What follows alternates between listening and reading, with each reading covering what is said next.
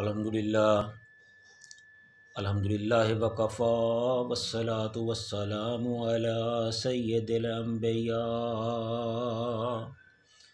अम्मा बाद अऊज़ु बिल्लाहिस समीइल अलीम मिनश शैतानिर रजीम बिस्मिल्लाहिर रहमानिर रहीम वरद्दल्लाहुल्लज़ीना कफ़रू बिग़ैज़िहिम लम यनालु खैरन वकफ़ल्लाहुल मुमिनीनल क़िताला वकानल्लाहु क़विय्यन अज़ीज़ा।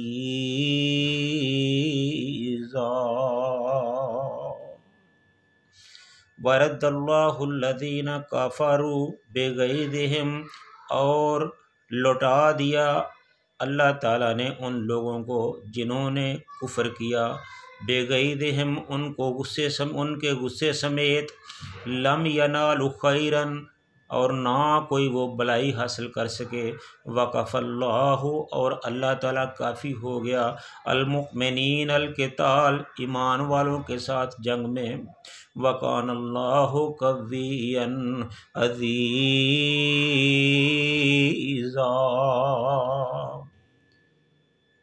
और अल्लाह ताला बहुत कुव्वत वाले, गालिब और ज़बरदस्त हैं। इससे पहले की तमाम आयात जो गुज़री हैं उसमें अल्लाह ताला ने ग़ज़वा अहज़ाब का पस मंज़र बयान किया है, काफ़रों का आने का मकसद जो है वो बताया है कि वो क्या चाहते थे, क्यों आए, और उसमें मुनाफ़िकीन का जो किरदार था उसको बयान किया है। तो इस तरह इस आयत में अल्लाह ताला ने जो ग़ज़वा अहज़ाब था उसका अंजाम बयान किया है कि इस जंग का अंजाम कार क्या हुआ। किसी भी जंग में जंग करने वाले दो ही फ़रीक होते हैं, एक वो जो जंग करता है और दूसरा जो अपना दफ़ा करता है। दोनों फ़रीक़ों के कुछ ना कुछ मकासद होते हैं और कामयाबी या नाकामी का दारोमदार उन्हीं पर होता है कि किस फ़रीक ने अपना कौन सा मकसद हासिल किया है। अगर कोई भी फ़रीक अपना कोई मकसद हासिल कर ले तो उसको उसकी कामयाबी तस्वर किया जाता है। अगर वो कोई अपना मकसद हासिल ना कर सके तो फिर उसको उसकी नाकामी से ताबीर किया जाता है। तो इस आयत में अल्लाह ताला ने ये वाज़ेह फरमाया है कि जो काफ़िर है, जो कुफ़ार थे, वो मदीने पर चढ़ दौड़े थे, लश्कर लेकर आ गए थे। उनका मकसद था कि एक तो मुसलमानों को मिलिया-मेट करना है, इस्लाम का नामो निशान मिटा देना है और मदीने पर कब्ज़ा कर लेना है, मुसलमानों को कत्ल करना है, उनकी औरतों को लोंडी और ग़ुलाम बना लेना है और उनकी जो जायदादें हैं उनको गनीमत के तौर पर वसूल करना है। तो यही मकासद लेकर जो कुफ़ार थे बड़े गरूर, तकब्बर, फ़ख्र से वो मुसलमानों पर चढ़ दौड़े, हमला किया और उनके दिलों में मुसलमानों के ख़िलाफ़ हसद, बुग़्ज़ और कीना की आग भड़की हुई थी। और इसी कैफ़ियत में वो मदीने की तरफ आए। जब रसूलुल्लाह सल्लल्लाहु अलैहि वसल्लम को पता चला तो आका अलैहिस्सलाम ने उन काफ़रों को रोकने के लिए कुछ तदाबीर की, जिनमें सबसे बड़ी ये थी कि मुसलमानों ने बाहमी मशवरे से एक खंदक खोदने का फ़ैसला किया। तो मदीने के तीन अतराफ़ तो ऊंचे ऊंचे पहाड़ थे जहाँ से ऊँट या घोड़े दाखिल नहीं हो सकते थे, यानी कोई लश्कर हमला नहीं कर सकता था।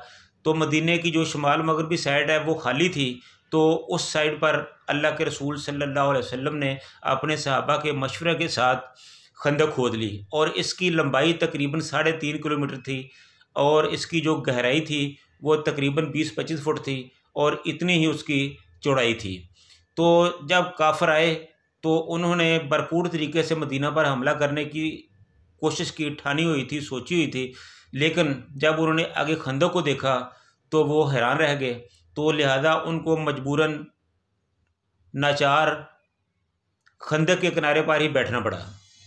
एक तरफ खंदक के एक किनारे पर काफिर बैठ गए और दूसरी तरफ मुसलमान बैठ गए, और जो काफिर थे वो मुसलमानों पर गलबा हासिल करना चाहते थे और जो मुसलमान हैं वो मदीने का तहफ़्फ़ुज़ चाहते थे।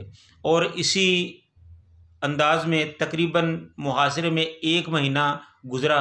कफ़ार बाहर बैठे हुए थे और रोज़ाना कोई ना कोई छोटी मोटी छेड़खानी भी होती थी, लेकिन आम जंग की नौबत नहीं आ रही थी।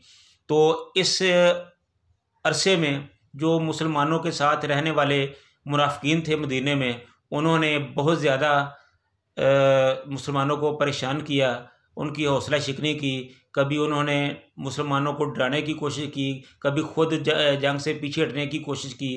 तो बहरहाल ये सब कुछ वो करते रहे और अल्लाह के रसूल सल्लल्लाहु अलैहि वसल्लम मुसलमानों को साथ लेकर काफिरों के सामने डटे रहे। तो जब 1 महीना गुजर गया तो फिर अल्लाह ताला ने मुसलमानों की, अपने नबी की इस तरह मदद की कि एक भरपूर किस्म की आंधी भेज दी, तेज़ हवा जो बहुत तेज़ भी थी और सर्द भी थी। तो कुफार उसकी ताब ना ला सके। वो ठंडी इतनी थी कि उनके जिस्म ठिठरे जा रहे थे, उनके जो चौपाए थे, उनके जो घोड़े खच्चर ऊँट वगैरह थे, जानवर थे, वो भी उसको बर्दाश्त नहीं कर रहे थे। और तेज़ इतनी थी कि उसने कफ़ार के एक तरफ खैमे उखाड़ दिए, दूसरी तरफ उनका खाना ख़राब हो गया, तीसरी तरफ उनके जो जानवर थे वो बिदके और उन्होंने अपने ही लश्कर को अपने पाँव के नीचे कुचलना शुरू कर दिया। ये सारी चीज़ें जो थी इसे देखकर काफिर जो थे वो बहुत परेशान हुए। उन्होंने इसको अपने लिए नहुसत तस्वर किया और उन्होंने फ़ैसला कर लिया कि अब हमारा जाना ही बनता है। और दूसरी तरफ अल्लाह ताला ने फ़रिश्तों के लश्कर भेज दिए। अल्लाह ताला ने फरमाया कि जुनूद लम तरौहा, कि मैंने ऐसे लश्कर तुम्हारी इमदाद के लिए भेजे हैं जिसे तुम देख नहीं सके। तो इस तरह एक तो तेज़ हवा और दूसरे फ़रिश्तों के लश्कर, ये अल्लाह ताला ने मुसलमानों की मदद के लिए भेजे, जिससे काफिरों के दिल में बहुत मुसलमानों का रौब डाल दिया गया, रौब पड़ गया। वो घबरा गए और वो उठकर जाने में ही उन्होंने अपनी खैरियत समझी। और फिर ये था कि ये जो हवा थी ये ऐसी नहीं थी कि जो रूटीन के मुताबिक चलती है, नहीं, बल्कि ये हवा एक किस्म का अल्लाह का अज़ाब था। मुफस्सिरीन बताते हैं कि अगर वहाँ रसूलुल्लाह सल्लल्लाहु अलैहि वसल्लम मौजूद ना होते तो वो इस हवा से हलाक भी हो सकते थे, जिस तरह आदी और समूदी हलाक कर दिए गए थे। ये तो अल्लाह ताला की ख़ास करम नवाज़ी। अल्लाह ताला ने कहा है कि या मेरे महबूब, जब तक तू इनके दरमियान है इन पर कोई अज़ाब नहीं आ सकता। तो इसलिए इस वजह से अल्लाह ताला ने इनको इस चीज़ से बचाए रखा। हाँ, अलबत्ता जो उन्होंने शरारत की थी, जो उनके करतूत थे, उसके मुताबिक अल्लाह ताला ने उनको सज़ा दी और इस तरह वो जिस तरह आए थे उसी तरह वापस चले गए।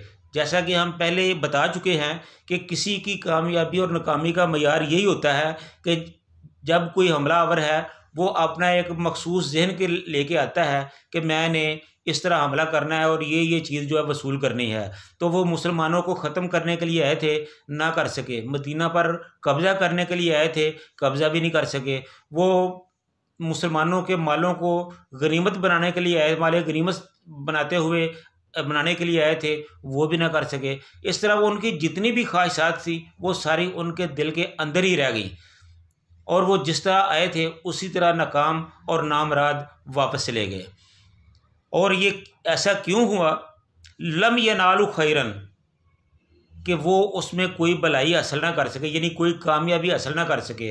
अपनी तमाम तगो-दो के बावजूद, अपनी तमाम कुव्वत और ताकत, जाहो हशमत के बावजूद वो मुसलमानों के ख़िलाफ़ कोई छोटी मोटी भी कामयाबी हासिल ना कर सके।